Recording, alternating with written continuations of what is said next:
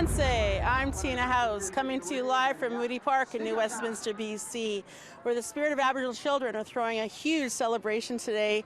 Joining me today is Ruth Weller, Executive Director. Ruth, tell me what's happening here today. Well, today we've got a lot going on. We've got a numerous number of children coming in by busloads. We've got a lot of vendors here with artisan markets. We've got many performers here at Spirit of the Children Independence Day. So it's a lot. We've got a lot going on. It's amazing. It's so exciting to see the little ones with their jingle dresses and their shawls, and they're up there dancing. I mean, they can barely walk and they're already up there dancing already. This is really truly what today is about, is honoring our youth. Tell me more about your mission with your society. We actually, honor the children. So one of our missions is to teach the culture, teach the tradition, and teach the community as well. Not only our children, but the families that are associated with our society.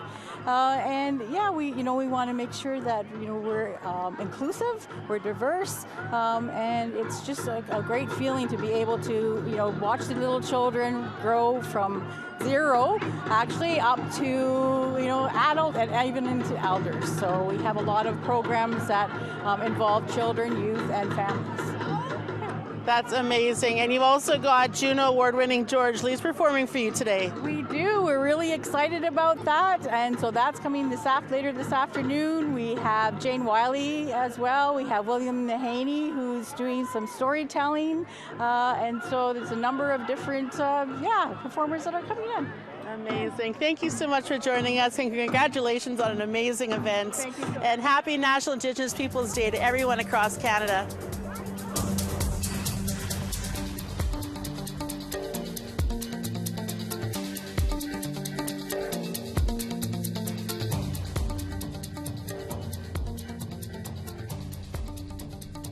Good evening, I'm Dennis Ward. And I'm Kristanach Kate. Welcome to APTN National News on this National Indigenous Peoples Day. And if you've been watching APTN today, you may have seen live hits from our reporters. You just saw Tina House there, who are fanned out at events across the country. We'll begin with Fraser Needham, who was just outside of Ottawa, where there were a couple of events going on around the city as part of National Indigenous Peoples Day. Here's Fraser Needham with more. Roughly 21 kilometers southwest of downtown Ottawa is the home of MMIWG Farm. The farm is hosting its annual 3-day Summer Solstice Festival this weekend with a number of activities going on. CEO Trina Simard says they expect tens of thousands of guests to make the trip to the farm, and there will be something for everyone. So I think for our Indigenous community, it's such an important time just to have this gathering and be able to come together. But we welcome 30,000 visitors and, from all walks of life, and we really look forward to the opportunity just to share and enrich their understanding of Indigenous people and cultures. Closer to downtown is Ottawa's Sandy Hill area. The local Inuit community is hosting its own National Indigenous Peoples Day celebration with traditional foods, art, and music. Eleanor Partridge of Tuna Suvigat Inuit says the city's sizable Inuit community has a number of reasons to celebrate at Aniputaguk Park. We wanted to have kind of like a celebration just for them, including everyone else, of course. And we wanted to have it in this location because of the significance of Aniputaguk as an Inuit artist. Also, it is close to where most Inuit live in Ottawa. Joey Nakulak is an artist originally from Nunavut who now makes his home in Ottawa. He says the Indigenous Peoples Day event allows the local Inuit community to showcase its diversity. Yeah, we're all from the northern community, but we all have slight difference in the things we do. Our daily livings are slightly different. A lot of the tools we do and the creatures we hunt, they're all the same, but they're all slightly different. They all have their own unique qualities as a community. Fraser Needham, APTN National News, Ottawa. Thanks, Fraser. The Manitoba Métis Federation is hosting an all-day family event in Selkirk, Manitoba. T.R. Wheatley went to check it out and joins us now. Tanse Anin, I'm TR Wheatley, and I'm here in Selkirk, Manitoba for National Indigenous Peoples Day, celebrating with the Manitoba Métis Federation all-day family event. You know, come check it out if you're in the area. Joining me now is President David Chartrand. What is it like here today? Well, you can see it's starting to really hustle and bustle. You will see probably over 2,000 people coming today. Of course, there's opening ceremonies, and we have the dignitaries give their greetings, but then the people start to really listen to the music, and you see the feet start to tap, the bodies start to move, and you see the families and the kids. I just love it. It's a family event, but it's a free event. We do it on purpose to make sure that everybody can come because this is 17 years we've been doing it. It's been free since we started it here in Selkirk, and the green space, the city is so welcoming. Our flags fly right through the entire town, and I can't say how important it is. Like all the municipalities inside there are all wanting to be a partner. So we're reaching out to more infrastructures across this province. But we also have Northwest, we have in Brandon, we have events happening right now throughout the Manitoba for the Métis government. So I heard that they'll be getting a treat at opening ceremonies. You're going to be doing the Red River Jig? In fact, she tried to get me to dance.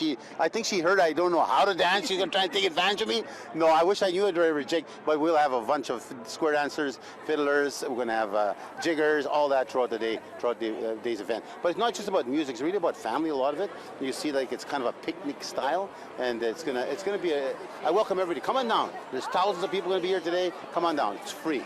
Yes, thank you so much. Thank you again. TR Wheatley here, live from Selkirk, Manitoba. Happy Indigenous Peoples Day. Thank you, TR. To Saskatoon now, where a sea of orange shirts rolled over Victoria Park for National Indigenous Peoples Day. Saskatoon hosted their 6th annual Rock Your Roots Walk for Reconciliation today. The walk honors those who survived residential schools by visiting landmarks that showcase the continuing work on reconciliation. Although the walk is held annually on National Indigenous Peoples Day, a virtual map is available on the City of Saskatoon's website to allow people to walk the self-guided tour any day of the year. The town of Morinville, Alberta, just north of Edmonton, celebrated National Indigenous Peoples Day with guests from the nearby Alexander First Nation and hundreds of school kids.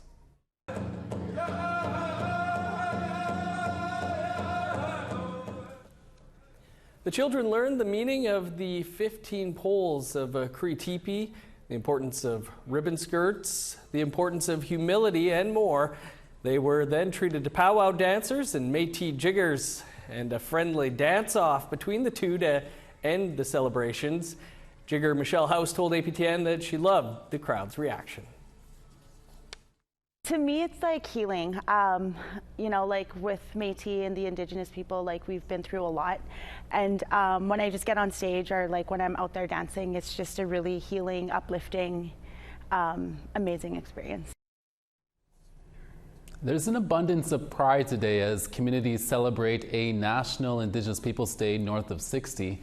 Our reporter Charlotte Moore-Jacobs takes us to Treaty 8 territory for the sights and sounds of the holiday.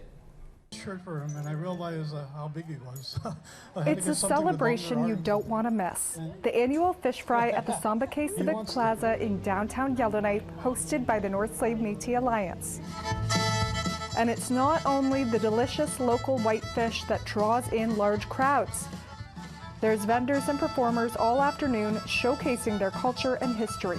It has not been a linear point from this city's founding in 1930. Garrett Cochran, Deputy Mayor of Yellowknife and proud member of Local 66 Yellowknife Métis, says today is a day to honor the history and resilience of Indigenous people.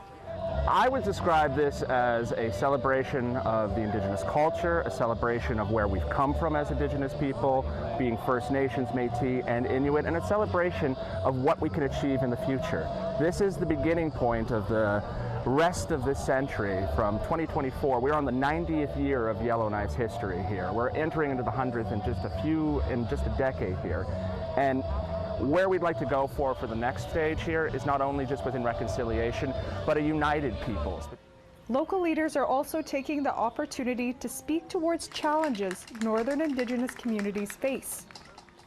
My great-great-great-grandfather Chief Emil Dragis, on my father's side, signed the treaty in Fort Resolution on July 25th, 1900.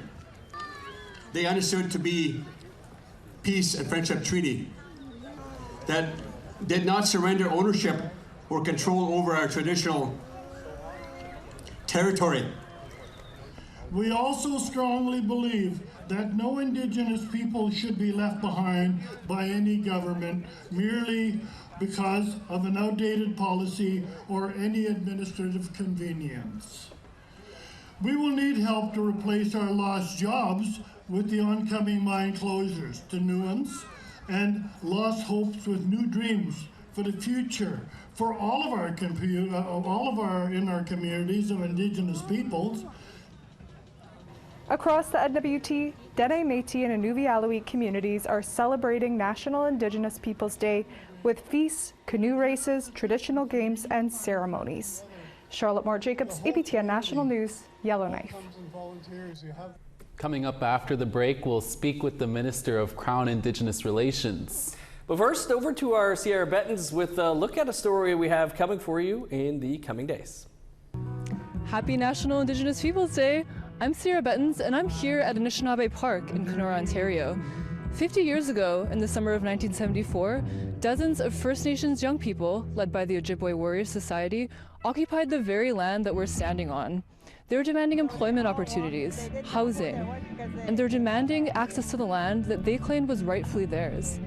Today, we spoke with some of the very people who occupied this park, and we'll have those stories for you next week on APTN National News.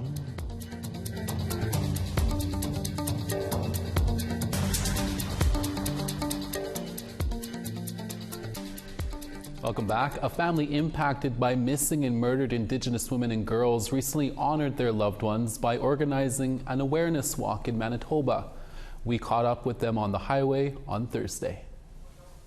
I wanted to do this run for all the people that are hurting, who lost someone close. For 5 hot and windy days, Marissa Bear has been traveling on foot, heading east down the Trans-Canada Highway. Each step is with purpose, beginning in her home in Portage la Prairie and ending her walk in Winnipeg to bring more awareness to missing and murdered Indigenous women and girls. I have a lot of friends and family members who lost someone, so I just wanted to help some way and give back. She carries a healing stick for strength on her journey. This is one of the rocks that I was firekeeping for. It was gifted to her by an elder when she did a 4-day fast for 4 of her friends she lost while serving in the Canadian military.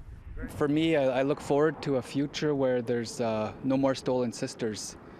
Osmis Icebistor Bear is Larissa's uncle. He says he joined the walk to support her and the cause.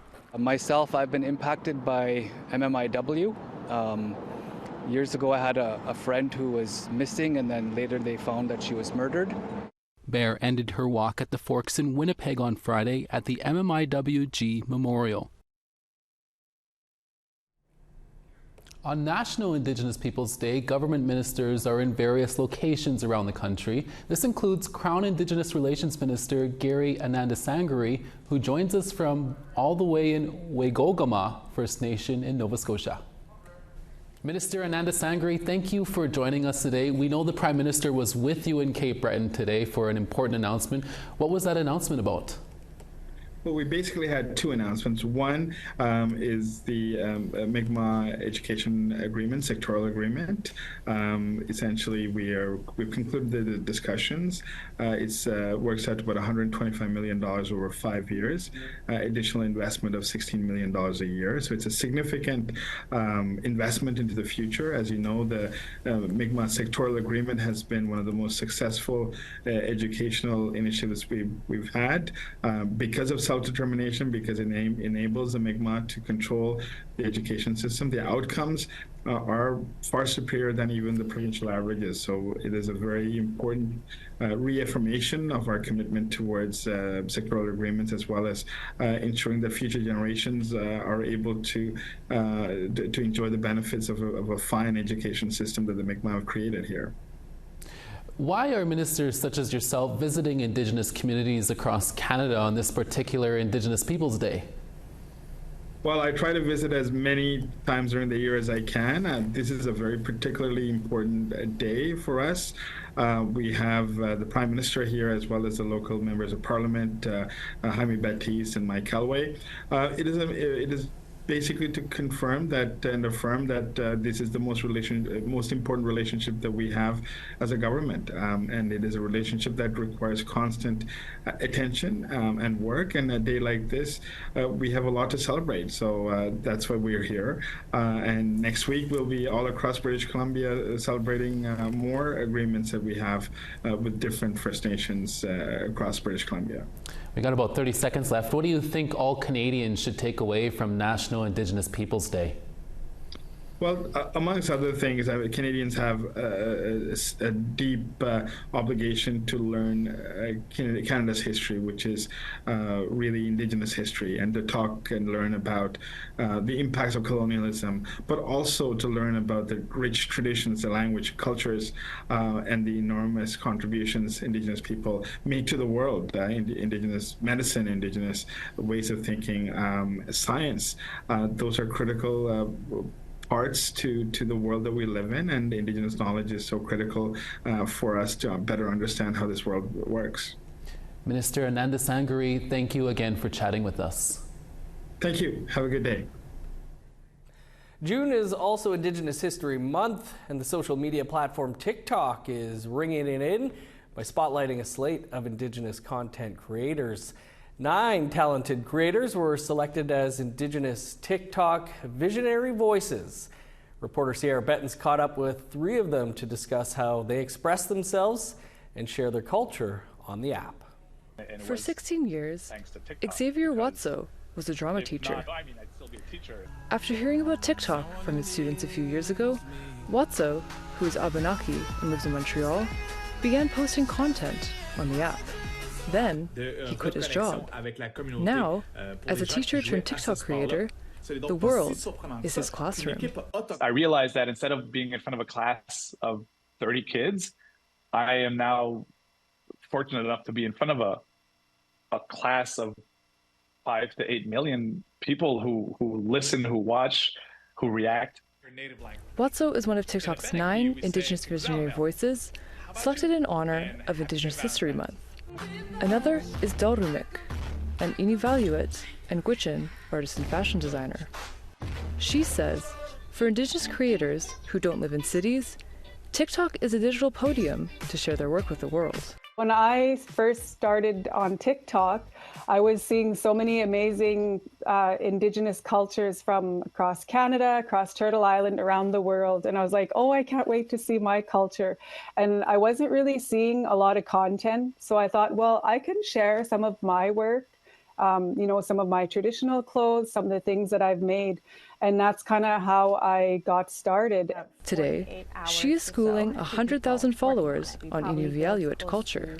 That's brought her career to new heights.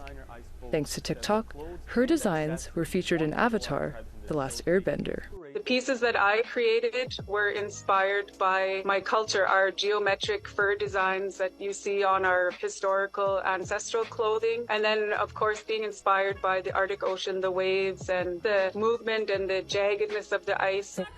Shawnee Kish is a Two-Spirit Mohawk singer-songwriter in Toronto. Her TikTok journey kicked off after posting a video of her singing What's Up by the 4 Non-Blondes to a neighbor. That video has amassed 8 million views. These days, Kish documents her and her wife's pregnancy journey between sharing her music with fans.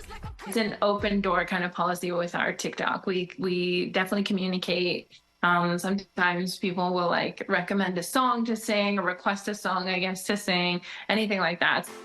As a Two-Spirit creator, she uses the app to explore and celebrate her identity, one she says is frequently misunderstood.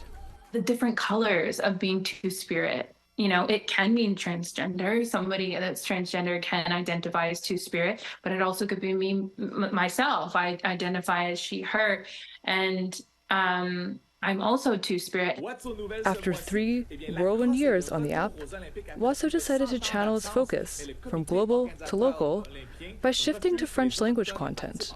Even though I've scaled back to be more like concise or more close to home, I feel that I have a bigger impact on the people around me because I see it, you know. I see the changes that are happening all around me now that I do my content in French. Most importantly, Dalrymik says TikTok allows Indigenous creators to tell their stories rather than be narrated by others. Because a lot of the books and documentaries and stories that were out there about Inuvialuit and our culture have always been from an outsider's perspective. So TikTok has really allowed creators such as myself to share from our own personal, authentic, lived experience. Sierra Bettens, APTN National News, Winnipeg. Cool stuff. Time for one last quick break. And still to come, a preview of tonight's all-new APTN Investigates. We'll be right back.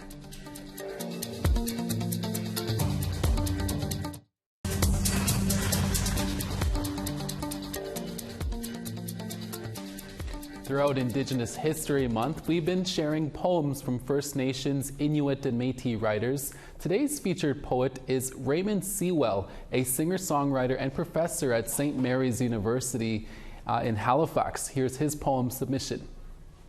Minigwit, gathering muskwi, gathering ku, teaching children, sun children, niskaminu.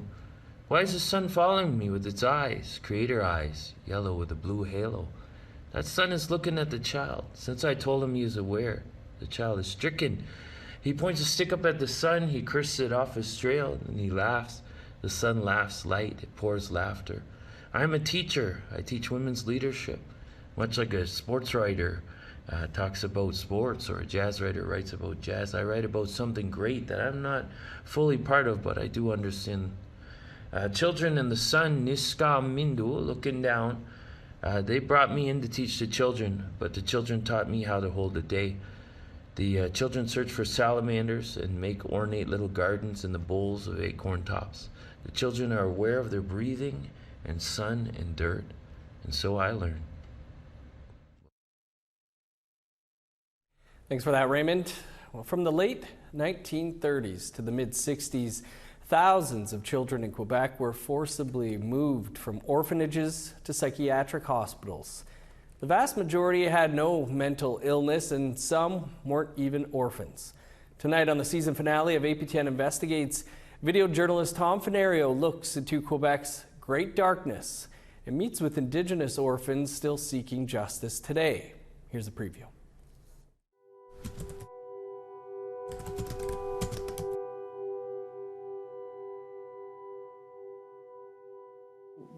Paul Saint-Aubin was institutionalized and eventually lobotomized. He was physically abused, received electroshock treatment, Largacil, 100 milligrams, and was given massive amounts of drugs.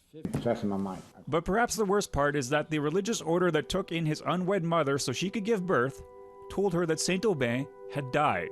During the Great Darkness, it was considered a sin to give birth out of wedlock. The young girls were pregnant and they would have their babies there. But his mother never truly believed he died. In the 1980s, she found Saint-Aubin after she did an access to information request. The nuns had named him Joseph Paul Forain, but kept his birthday the same. He was living in a halfway house in Joliette when his mother showed up at his door.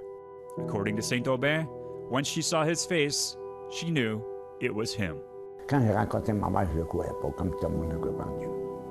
They spent 3 years together before she died. But before she did, she made sure Paul's name was changed to Saint-Aubin, and that he got his rightful status as an Abenaki from the Wolinak First Nation. Je suis bien content de sortir de là, parce que les religieux, d'être carrés. Looks very compelling. You can watch the season finale APTN Investigates right here in just a few minutes from now. And there is plenty of other great programming tonight to watch, so make sure to stick around for that on APTN. That's right. Later tonight, you can catch the 2024 Inspire Awards, followed by the Best of Indigenous Day Live. Looking forward to that.